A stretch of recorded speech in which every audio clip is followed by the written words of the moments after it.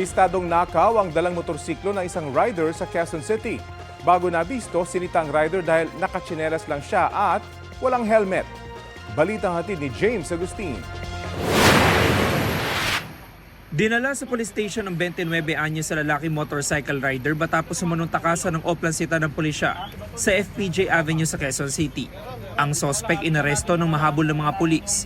Pinlockdown ng tropa natin yung suspect dahil wala siyang suot na helmet habang nagdadrive siya ng motorsiklo. At the same time, napansin din ng tropa natin na wala siyang nakatsinelas lang siya during that time. Nung sinita, nag-resist siya, nagkaroon ng konting hambulan. Nakuha mula sa sospek ang isang improvised na baril na kargado ng mga bala.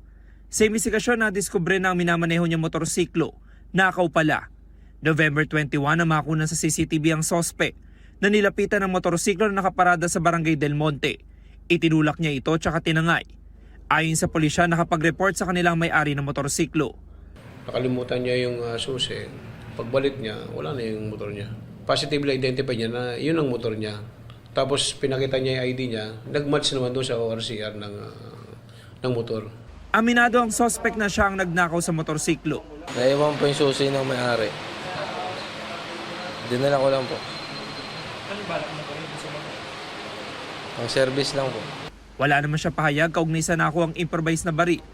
Sinampahan ng sospek ng patong-patong na reklamo, kabilang ng resistance and disobedience to a person in authority, paglabag sa Comprehensive Firearms and Ammunition Regulation Act at Motorcycle Helmet Act.